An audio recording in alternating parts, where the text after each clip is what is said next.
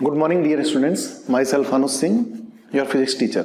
तो बेटा पिछले वीडियो लेक्चर में हम लोग डिस्कस कर रहे थे about the acceleration due to gravity. तो हमने उसमें पढ़ा था कि अगर किसी बॉडी में जो एसिलरेशन प्रोड्यूस होता है due to the gravitational pull of the earth, उसको हम एसिलरेशन ड्यू टू ग्रेविटी कहते हैं। और उसमें हमने फार्मूला ड्राइव किया था for acceleration due to gravity, and this formula was G equal to capital G capital M upon capital R square. So from this formula we concluded that the acceleration due to gravity does not depend on the mass of the object, यानी जो acceleration due to gravity है वो object के मास पे depend नहीं करता है। फिर उसके बाद हमने क्या किया था, इसको दो जगह पे हमने कैलकुलेट किया था, एक हाइट h पर और एक depth d below the surface of the earth. तो अगर बात करें हम एट ए हाइट h, तब हमने कैलकुलेट किया था g at h equal to g 1 minus 2h upon r। और यहाँ अगर डेप्थ की बात करते हैं तो हमने डिस्कस किया था, इसको कैलकुलेट किया था ZD equal to Z 1 minus D upon R। So it was the expression for the acceleration due to gravity, it was the variation. ये क्या था? वेरिएशन था कि क्या चेंज आता है एक्सीलरेशन ड्यू टू ग्रेविटी में जब हम एक हाइट h पर जाते हैं, और क्या चेंज आता है जब सरफेस के नीचे हम डी डेप्थ पे चले जाते हैं, तब क्या चेंज आता है। तो ये चेंजेस हमने डिस्कस किए थे। दोनों ही केसेस में हमने देखा था कि the value of acceleration due to gravity decreases as we go up from the surface of the earth और as we go down below the surface of the earth. तो दोनों ही केसेस में value of acceleration due to gravity decreases. ठीक है, ये case हमने discuss किया था। ठीक, तो अब एक पॉइंट ऐसा हमने देखा था कि अर्थ की सरफेस से ऊपर कोई एक ऐसा पॉइंट जहां पर acceleration due to gravity zero हो। तो as you know the radius of earth is 6400 kilometre. Radius of earth कितनी होती है? 6400 किलोमीटर। तो एक पॉइंट यानी h will be equal to what? h will be equal to 3200 kilometre. That means अगर आप अर्थ की सरफेस से 3200 किलोमीटर ऊपर चले जाएंगे तो उस पॉइंट पर आकर के acceleration due to gravity zero हो जाएगा। दैट मींस वहां पर ग्रेविटी की वैल्यू जीरो हो जाएगी। तो अगर एक depth d below the surface of the earth पे हम जाएं तो किस जगह पर जाके value of acceleration due to gravity will be zero if this d is equal to r। अगर ये d r के इक्वल हो जाए, that means 6400 kilometre, that is the radius of the earth. यानी अर्थ की रेडियस के बराबर depth पर अगर हम चले जाएंगे, दैट मींस सेंटर पर चले जाएंगे। Suppose it is earth, clear, and at this centre O the depth will be equal to d will be equal to r. So here z at center will be equal to 0. तो अर्थ के centre पर भी acceleration due to gravity zero होता है। तो ये दो point हैं जहां पर ग्रेविटी की वैल्यू जीरो होती है। तो स्टूडेंट्स अब हम डिस्कस करेंगे ग्रेविटेशनल पोटेंशियल एनर्जी। तो देखिए ग्रेविटेशनल पोटेंशियल एनर्जी क्या होती है, इसको समझने के लिए पहले आप ऐसे समझिए जैसे अर्थ है, अर्थ हर एक ऑब्जेक्ट को अपने सेंटर की तरफ अट्रैक्ट करती है। ठीक है, अब देखिए हमारे पास है ये अर्थ। तो सबसे पहले हम डेफिनेशन देख लेते हैं ग्रेविटेशनल पोटेंशियल एनर्जी की। तो gravitational potential energy is defined as the work done in bringing a unit mass from infinity to a point in the gravitational field of the earth।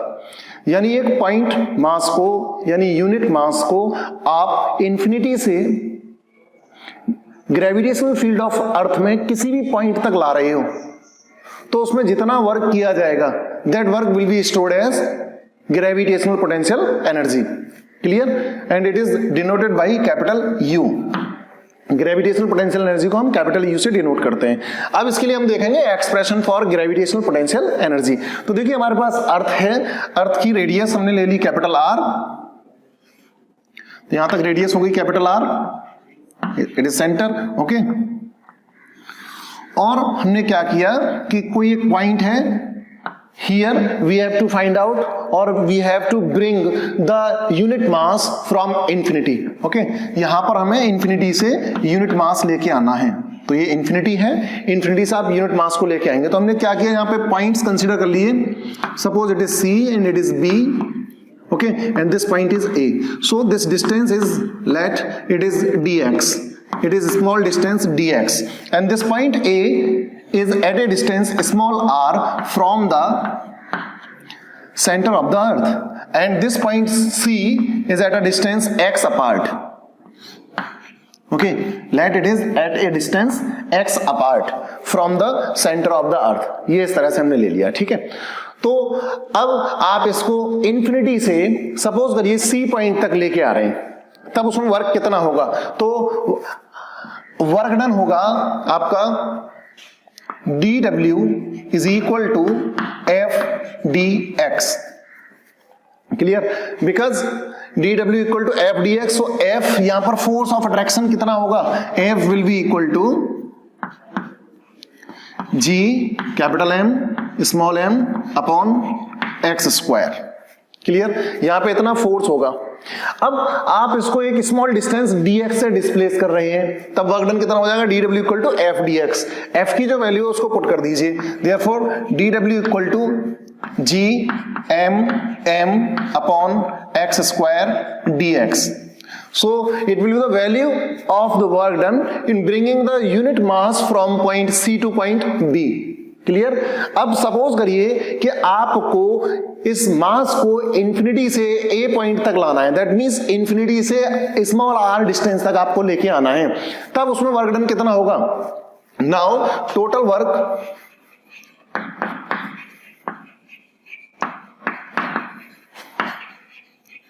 in bringing the body of unit mass from infinity to r is given by, we will integrate this dW for finding out the total work done. So limit will be x equal to infinity to x equal to r. In limits के बीच में हम क्या करेंगे? इसको integrate कर देंगे, यानी x equal to पहले इंफिनिटी से आप कहां ला रहे हो? r डिस्टेंस तक लेके आ रहे हो, तो इसको हम करेंगे integrate, therefore w equal to integration dw is equal to integration infinity to r. Now z capital M small m upon x square dx. अब बच्चों इसमें से आप इंटीग्रेशन ऑपरेटर में से जो कांस्टेंट्स हैं उनको बाहर निकाल लीजिए, तो क्या मिल जाएगा आपको? gm m integration infinity to r 1 upon x square dx. अब इसको इंटीग्रेट आपको करना है, तो क्या हो जाएगा? gmm and in place of it will be integration infinity to r and x to the power -2 dx. अब इसको जब आप इंटीग्रेट करेंगे तो आपके पास फॉर्मूला था integration x to the power n dx is equal to x to the power n plus 1 upon n plus 1. तो आप ये फॉर्मूला यहाँ पे अप्लाई करेंगे तो -2 plus 1 अपॉन -2 plus 1, तो क्या हो जाएगा? gmm और इसका इंटीग्रेशन आ जाएगा x to the power -2 plus 1 upon -2 plus 1, और limits infinity to r will be same, ठीक है, ये लिमिट सेम रहेंगी, तो इक्वल टू gmm। बच्चों देखिए यहाँ पे क्या हो गया? -1 अपॉन -1 और limit infinity to r।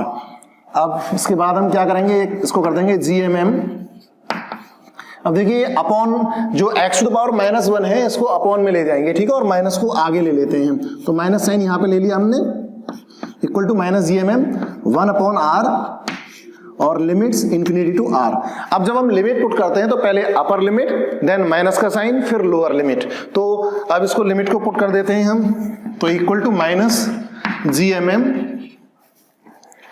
And 1 upon r -1 upon infinity, so it will be -gmm upon r, clear, because 1 upon infinity will be equal to 0, ठीक है, ये 0 के इक्वल होगा, ठीक है, तो ये हो गया work done. This work done is stored as gravitational potential energy in the body, therefore u equal to -gmm upon r. So it is the required relation for the gravitational potential energy. Okay, students, now we'll discuss about escape speed. So, escape speed is that minimum velocity with which if any object is projected vertically upward from the surface of the earth and it never returns to the surface of the earth. That means अगर किसी object को अर्थ की surface से किसी velocity से हम project करें और वो लौट के कभी भी अर्थ की सरफेस पर वापस ना आए तो उसको हम बोलते हैं एस्केप स्पीड। ठीक है, तो ये वो मिनिमम वेलोसिटी होती है जिसके साथ अगर किसी भी ऑब्जेक्ट को आप वर्टिकली प्रोजेक्ट करते हैं अर्थ की सरफेस से और ये इस तरह से मूव करता है कि वापस से लौट के कभी भी अर्थ की सरफेस पर नहीं आता तो उसको बोलते हैं हम escape speed. So escape speed is defined as the minimum velocity with which an object is projected vertically upward and it never returns to the surface of the earth. Okay? तो बच्चों अब हम करेंगे expression for the escape speed. ठीक है, तो हमारे पास ये अर्थ है, अर्थ की सरफेस से एक पॉइंट है P दैट इज जो कि सेंटर से R डिस्टेंस पर है। ठीक, तो इस पॉइंट पर जो ग्रेविटेशनल पुल होगा अर्थ का वो क्या होगा? It will be F equal to G(m)m upon the distance is here small r, so r square. It will be the gravitational pull of the earth. ठीक, सपोज हमें इस बॉडी को एक पॉइंट P से पॉइंट Q तक displace कराना है through a small distance dr। ठीक है, देन अब यहां पर जो ग्रेविटेशनल पुल लग रहा है it is along PO, that is earth हर एक ऑब्जेक्ट को अपने सेंटर की तरफ अट्रैक्ट करती है, ये आपने पढ़ा। ठीक है, तो यहां पर जो वर्क डन होगा इस बॉडी को against the gravitational pull of the earth move कराने में कितना हो जाएगा? तो DW इक्वल टू आंसर है वो होगा F डॉट dr। कितना होगा? F dot dr। Now here the angle between the force and the displacement is 180 degree, so it will be F dr cos 180 degree. Cos 180 is -1, therefore it will be minus F dr. As the value of F is G(m)m upon r square, so we are having as minus G(m)m upon r square dr. So it will be the work done in displacing the body of mass m from point P to point Q. अब इस body को हमें कहां पहुंचाना है? हमें इसको infinity पे पहुंचाना है, क्योंकि हमने पढ़ा एस्केप स्पीड वो मिनिमम स्पीड होती है जिससे अगर किसी बॉडी को वर्टिकली अपवर्ड प्रोजेक्ट किया जाए और ये कभी भी अर्थ की सरफेस पर वापस लौट के ना आए तो उसको एस्केप स्पीड बोलते हैं हम। तो अभी इसको हमें इंफिनिटी पे पहुंचाना है, दूसरी दुनिया में पहुंचाना है इसको। ठीक है, तो अब हमें क्या करना होगा? टोटल वर्क निकालना होगा। इस बॉडी को आप अर्थ की सरफेस से और इंफिनिटी पे आप पहुंचाना चाह रहे हैं तो you have to calculate the total work. So total work will be equal to W is equal to integration. अब आप लिमिट देखिए, लिमिट आपकी क्या होगी?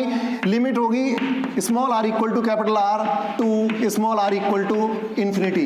You have to put these limits, आपको ये लिमिट्स पुट करनी है और ये लिमिट पुट करने के बाद में आपको इसको कैलकुलेट करना है। तो स्मॉल r से आप कहां पहुंचा रहे हैं? Infinity. And the value of DW was minus G(m)m upon r square dr।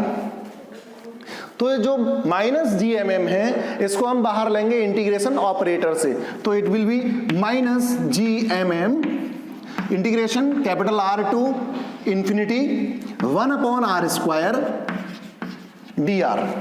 ठीक है, अब हमारे पास क्या हो जाएगा? Minus G(m)m integration r to infinity r to the power -2। इस r स्क्वायर को आप ऊपर लेके जाएंगे तो क्या हो जाएगा? r to the power -2 dr। अब इसको इंटीग्रेट कर दीजिए तो हमें क्या मिल जाएगा? Minus G(m)m and r to the power -2 plus 1 upon -2 plus 1 and the limits will be as it is, that is r to infinity. Now we are having minus gmm